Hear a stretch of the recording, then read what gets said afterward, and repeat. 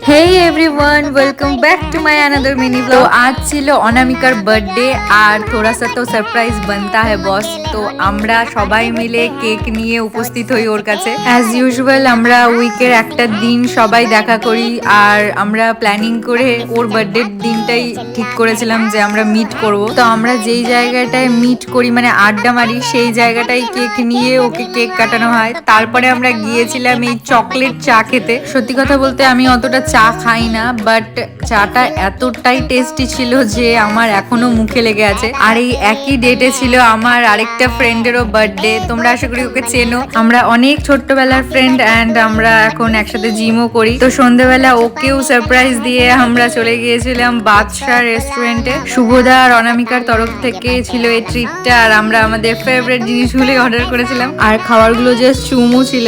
তো আজকের ব্লগটা এতটুকুই, দেখা হচ্ছে নেক্সট ভিডিওতে। টাটা।